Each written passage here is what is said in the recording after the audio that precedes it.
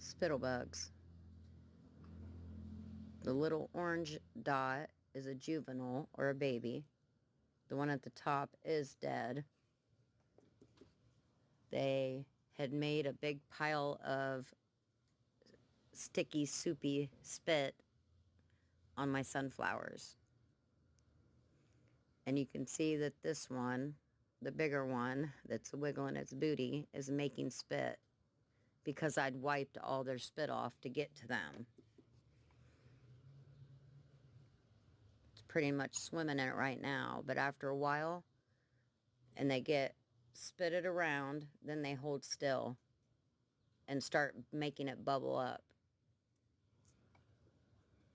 And it's a defense mechanism. Then they sit there and they suck your plants dry.